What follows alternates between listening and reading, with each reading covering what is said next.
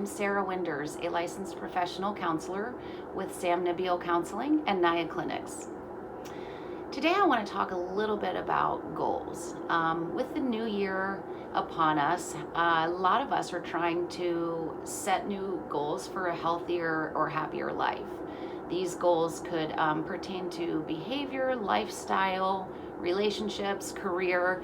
I have heard a number of really awesome goals from my clients in these past few weeks. And while I'm hearing some great ideas, I'm also hearing a little bit of struggle, even though we're at the beginning of the month and many people are still attempting to make their resolutions stick. Anytime we set a goal, there are some factors to consider that will help us in our success. Today we're going to talk about some of those factors and what you can do to make your resolution stick or to just create a healthy goal any time of year. The first thing we want to consider is the acronym SMART. Now, this stands for several things that we are going to talk about. For right now, we'll just focus on the S, and that is specific. When setting a goal, the first step is to really break it down into who, what, why, when, where, kind of like the basics of the goal. Think of this as almost a mission statement for the goal. A goal needs to have kind of an overall purpose. Within that purpose, we're going to set some smaller goals, if you will, or steps that we'll take to get to that overall goal. But it's important to talk about the specifics of the goal. Who will be involved? Is this something where you will need to employ the help of others? When will this happen? Now, we will address the time frame in a few minutes, but it's good to have an overall sense of what you're trying to accomplish. Where? Is this a goal that you can easily achieve at home? Is it something that might require travel or transportation? These are just important factors to consider before you take on something that isn't easily attainable. If you decide that you have taken on something that is too much, you can break that down into several smaller goals. And should you choose to do that, you would still want to start with specific. You want to really specify what the details are of this goal. The next thing you want to think about is that the goal needs to be measurable. Now, what does that really mean? It's easy to not achieve a goal when we don't have a numeric measure, if you will, to put on that goal. In other words, how will you know if you've met the goal? If your goal is to lose weight, that's fairly open-ended. But if your goal is to lose 20 pounds by March 1st, that's a little bit more specific and therefore easier to achieve. If your goal is not easy to measure, in other words, maybe it's going to be, I'm going to try to have a more positive attitude. There are still ways to measure that. One way I like to use with clients is what we call a Likert scale. You're probably familiar with the scale, but maybe not the term. A Likert scale is just a 1 to 10 scale. So 10 is maybe I feel great, 1 is I feel horrible. You might rate how you feel that day. You might rate your positivity or your attitude on that 1 to 10 scale. And that'll give you some numbers to use. And maybe your goal is to be at an 8, but currently you're at a 5. That gives you a little sense of how to measure a goal that maybe isn't super, traditionally easy to measure. To consider is whether or not this goal is attainable.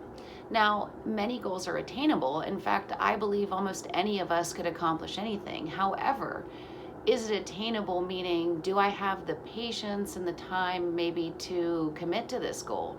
If my goal is to become an astronaut, for example, while that's a really awesome idea, do I have the patience to go to school for X amount of years? Do I have the time to put into that? Is that actually attainable? Or is that something I would just like to someday pursue and should maybe break down into lots of smaller goals to get to that point? So take the time to really think about if the goal is attainable or achievable.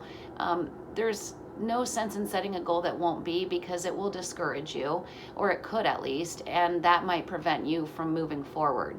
So taking these things into consideration before jumping into the goal, it's really important to do so in order to avoid failure or defeat, or just getting down on yourself. We want to consider whether or not the goal is relevant. Is it relevant to our overall mission? Is it relevant to our lives? Are we setting a goal just to set a goal, or is this something that we really want to accomplish in order to achieve a better life? Now, that might sound pretty vague. Let me break it down into a little bit of a more specific example. If I want to become an astronaut, we'll say that again. We've already discussed that I would need time and patience, right, to become one. It would take years. It would take a lot of dedication. However, it would also take me deciding that it's reasonable. So, do I have the resources to complete that goal? Do I have the money to go to school? Even if I have the time and patience, do I have the resources? You might think of that last R in this way. Is it reasonable? I don't believe that it's helpful to set a goal that really isn't relevant or reasonable. I think it's important to think of your own resources and determine, what am I really able to accomplish? If I want to lose 50 pounds, but I don't have a gym membership, and I also don't own any, exercise equipment, how will I go about this? Do I have the resources to either purchase one of those items, a membership, a piece of equipment, or perhaps an app? But do I have those resources? I'm not going to set a goal of losing 50 pounds without resources. That wouldn't really be very reasonable or realistic. What I want to consider is whether or not the goal we have set is time sensitive. Now, that might not seem important, but to me, this is really one of the most important ones. If I am saying that I want to achieve weight loss, that's just so open-ended that even if I declare I want to lose 20 pounds, it still really doesn't give me a good sense of when I've achieved it. Now, is this just indefinitely, I'd like to lose 20 pounds someday? Or is it, I want to lose 20 pounds by spring break, by April 1st? So pick a date, make this a goal that you have an end date to, that is, the goal is time sensitive. That will really help you when you try to put this goal together and you're plugging along. You have like an end date, and you have something to strive towards. So make sure you do set a date and that you make your goal time sensitive. Just to kind of recap, today we've talked about SMART goals, and SMART goals are smart. They contain factors that are helpful in accomplishing the goal itself. Just to kind of go over those once more, the S in SMART stands for specific. Again, that is your mission statement, if you will. It's your overarching objective. It gives you the who, what, when, where, why.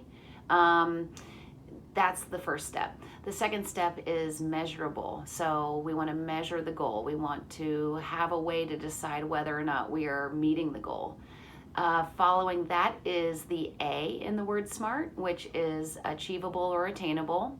As discussed, we want to decide whether or not this is something that we can actually do. Do we have the time, the patience? Is it attainable? The R can be known as realistic, relevant, or reasonable. And if you look in the literature, you will see this written in several different ways. But overall, it speaks to whether or not this goal is reasonable. So maybe I have the time and patience to complete the goal, but do I have the resources? Do I have the time and money it would take for more education? Do I have the resources to go out and create a healthy lifestyle by, joining a gym? What's reasonable? What's realistic for me? It's really important to think of that when you're setting these goals. And in closing, time sensitive. We need an end date to the goal. If it's open-ended, there's a greater chance of failure. This is important because I just think that clients really need to consider that having an end goal helps you get to that end goal because you sort of have an end in mind, right? So when you're setting goals or New Year's resolutions, or whether you are watching this in the middle of the year and just want to have a healthy start, I would suggest thinking about the goal as a SMART goal and to break it down as we've discussed today. Now, if you find that you need a little extra help with these goals, whether it is in setting them or in enforcing them or in carrying them out, I am passionate about helping people with their goals, and am so excited this time of year when clients come in with New Year's resolutions, because I would love to help everybody meet their goals, honestly, if that were realistic. So I feel like it's great to get help from someone, and all of us need that at times. So if you do feel that a session or two with a licensed professional counselor might help you in achieving the goal, feel free to reach out to us. Our contact info is below. Thank you so much, and good luck with your goals.